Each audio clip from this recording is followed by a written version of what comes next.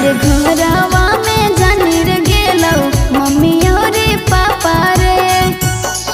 आगे पूछो न करत मैया बाजी हम लिख दे बहुगे।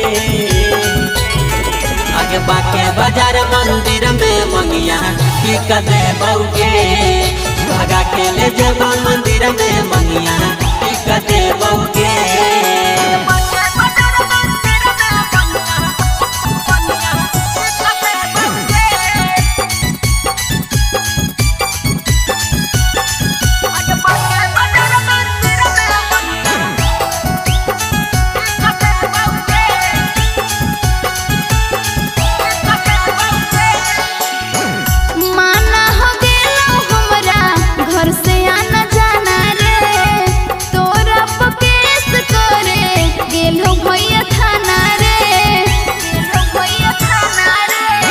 टेंशन कहले ही करे जाए आगे चल आजी गे।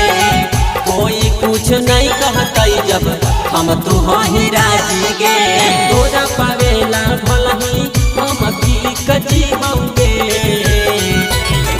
आगे बाके बाजार मंदिर में मंगिया लिख दे बहुगे। आगे बोध गया मंदिर में मंगिया लिख दे बहुगे।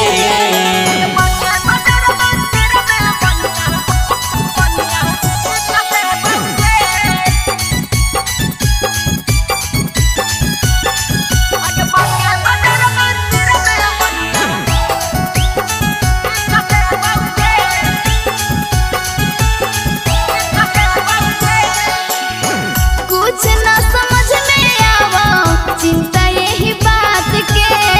गाँव टोला के कहते डर ही समाज से, डर ही समाज से। हमारा से खोल तू दिलावा के राज गे। रहे के है तोरा हमरा त करते के समाज गे। रोशन बिहारी करेला कराई सीख जीवोगे। आगे बाके बाजार मंदिर में मंगिया लिख दे बहुगे। भगा के ले जब मंदिर में मंगिया लिख दे बहुगे।